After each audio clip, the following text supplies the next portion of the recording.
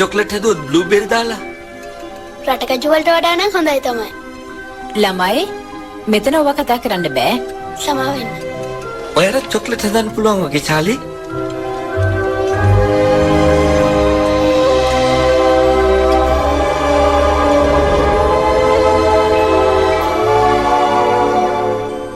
අවසානයේදී Charlie bucket chocolate factory එක අයිතිකාරයෙක් වුණා. විලේවොන්කට ඊටත් වැඩිය වටින දෙයක් ලැබුණා. ඒ තමයි තමන්ගෙම කියලා ආදරයෙන් පිරුණු පවුලක්.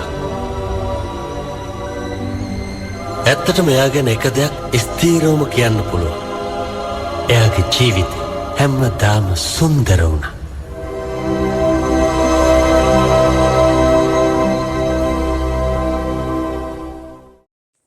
मूवी एक හොඳ නම් කමෙන්ට් එකක් දාගෙන යන්න. channel එක subscribe කරන්න.